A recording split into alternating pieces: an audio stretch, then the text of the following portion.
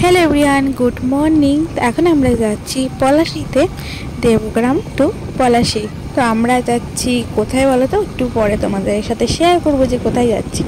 পলাশী এটুকু জেনে রাখো যে আমরা পলাশীতে যাচ্ছি। আমার বর তো দোকানে চলে যাবে, কিন্তু আমরা যাব, আমি আর ঋষি যাবো একটা জায়গায়। তো সকাল থেকে বিকাল পর্যন্ত সেখানেই থাকবো। তো অনেকটা তাড়াতাড়ি করে কাজ, ঘরের সমস্ত কাজ করে তারপরে বেরিয়ে এসেছি, যেহেতু সারা দিনের ব্যাপার, বুঝতেই পারছো, সংসারে তো প্রচুর কাজ থাকে। এখন আমি চলে এসেছি শ্বশুরবাড়িতে। তো এসেই আমি টিভি এখানে চলছে, চলো দেখাই। ওইদিকে রান্না বসিয়ে দিয়েছি, ভাত বসিয়েছি। এখানে কোনো কিছু বসাইনি, বসাবো মাংস। তো চলো, মাংস কেটে ধুয়ে রাখা আছে, শ্বশুর কেটে ধুয়ে রেখে দিয়েছে, মানে কেটে না, ধুয়ে রেখেছে। এখানে বাঁধাকপি ভাপিয়ে রেখে দিয়েছে, এটা আমি করিনি, শ্বশুরই করেছে। তো আলুটা বসেই ছিল, আমি ভেজে তুললাম, বড়িটাও ভেজে রেখেছে। আর এই যে টমেটো, এগুলো সব কেটে কুটে রেখে দিয়েছে। এদিকে মশলা করে দিয়েছে।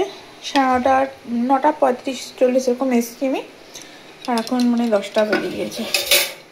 এখানে কিছু নেই, জল, এখানে ভাত হতে হবে, এখানে কিছু না, একটা ফাঁকা। তো চলো রান্না করব। তো চলো রান্না বান্না করি, পরে দেখাবো যে কি করলাম না করলাম, ঠিক আছে।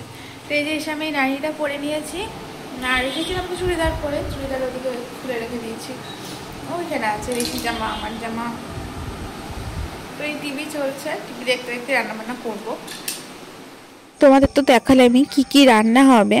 কড়াই গরম করতে বসিয়ে দিয়েছি। এই যে এবার আমি তেল দিয়ে দিলাম, যেহেতু প্রচুর পরিমাণে মানে অনেকখানি মাংস আছে, তার জন্য অনেকটা পরিমাণে তেলটা দিতে হবে।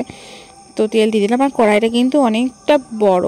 তা আমি এরপরে কিন্তু আরেকটু তেল দিয়েছিলাম। তো সবটা সর্ষে তেল দিইনি, আর একটুখানি সাদা তেল দিয়েছিলাম, কারণ কড়াইটা অনেকটা বড়, তো তার জন্য তেলের পরিমাণটা দেখে মনে হয় যে না অল্প অল্প, কিন্তু তেল কিন্তু প্রচুর দিয়েছি, যেহেতু মাংসটা অনেক আছে। তো ওইদিকে তো আমি বাঁধাকপির জন্য পেঁয়াজ টমেটো এগুলো রেখে দিয়েছি, আর এদিকে আমি এই পেঁয়াজ টমেটো এগুলো সমস্তটা, লঙ্কা ভালো করে একটুখানি ভেজে নেব। অনেকক্ষণ ধরে ভাজতে হয়েছে, একটু লাল লাল হয়েছে, তখনই আমি মশলাটা দিয়েছি। এবার পরিমাণ মতন আদা বাটাটা, আদা জিরে বাটা আছে এখানে, আদা জিরে বাটাটা নিয়ে আমি এখানে দিয়ে দেবো, আর কিছুটা রেখে দেবো, যেহেতু বাঁধাকপি করবো ওই জন্য কিছুটা আমি রেখে দেবো। তো এই যে ভালো করে একটু কষিয়ে নিলাম, কষিয়ে একটুখানি জল দিয়ে আবার আমি একটু কষাবো, তারপরে মাংসটাকে দিয়ে ভালো করে কষিয়ে। তো এখন তো আমাদের প্রতিদিন মানে প্রতি রবিবার একটা রুটিন হয়ে গেছে শ্বশুর বাড়িতে আসার। ঋষি যেহেতু রবিবারটা ছুটি থাকে, ওই জন্য ঋষিকে নিয়ে রবিবারটাই আসি, সকালে এসে বিকালবেলাতে চলে যায়। আবার পরের দিন আবার পড়া থাকে। আমারও তো যেহেতু কাজ থাকে বাড়িতে প্রচুর, আর যেহেতু বাড়িতে তো জানোই যে জেনি আছে বাড়িতে, আমাদের বাড়িতে যে ডগিটা আছে ওর নাম জেনি, তো তার জন্যে তো কাজ তো থাকে। তো এদিকে আমি বসিয়ে দিয়েছিলাম বকফুল ভাজা করতে, গাছ থেকে নিয়ে এসেছিলাম বকফুলগুলো পেড়ে, তো ওই জন্য বকফুলটা বসিয়ে দিয়েছিলাম। একটু চালের গুঁড়ো দিলে ভালো হতো, কিন্তু আমি শুধুমাত্র বেসন দিয়েই করেছি, কারণ চালের গুঁড়ো ছিল না। আর এইদিকে করা হচ্ছিল মাংসটা, বকফুলটা ভেজে তারপরে আমি ওই বাঁধাকপিটা বসিয়েছি। তো তেলটা একটু না বেশি হয়ে গেছিলো, কারণ ভাবলাম যে বকফুলটা ভেজেছি আবার তেলটা তুলবো, তার জন্য ওই তেলের মধ্যেই দিয়ে দিয়েছিলাম। ওদিকে মাংসটাও বসিয়ে দিয়েছি, জল দিয়ে দিয়েছি।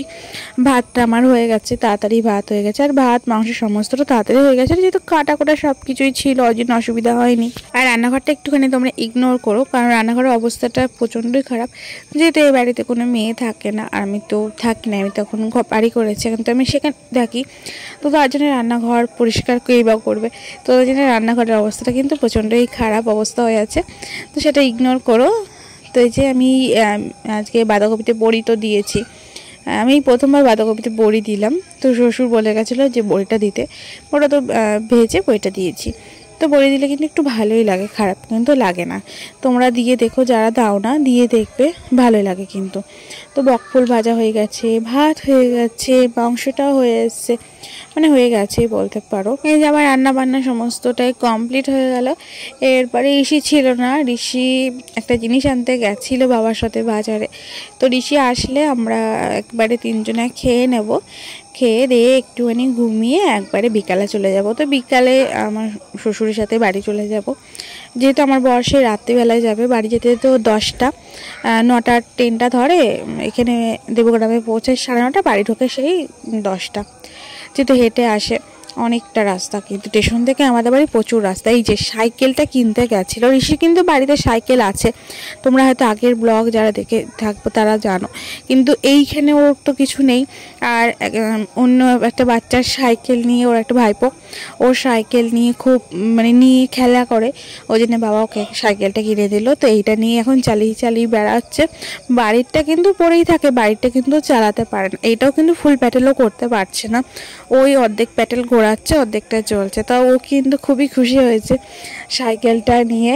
তো আসলে কিছু না কিছু আবদার, যদিও বা সাইকেলটা নেবো বলেনি, কিন্তু ওই যে অন্যের সাইকেলটা বারবার নিয়ে এসছে। সেও তো বাচ্চা বলো, সেও তো মানে আমার ছেলে হলে তো সেইটুকুও দিত না। ও যে সাইকেল সারাদিন দিচ্ছিল, যে সাইকেল ভ্যানগুলো ছোটোদের হয় না সেইগুলো, তো ওই জন্য এটা ওকে কিনে দিল। তো চলো, ও তো এটা নিয়ে খুশি আছে। তবে এটা এখানেই থাকবে, যখন রবিবার করে আসবে বা অন্য কোনো দিন যখন আসবে তখন ও চালাবে। আর বাড়িতে তো ওটা আছেই, তো চালাতে চালাতে যদি একটু শিখে যায় তাহলে তো খুবই ভালো। তো এই যে ওদিকে বাবা খাচ্ছে, এরপর আমি খেয়ে নেবো, দিয়ে ঘুমিয়ে উঠে আমরা বাড়ি চলে যাবো। তো আজকের মতন টাটা।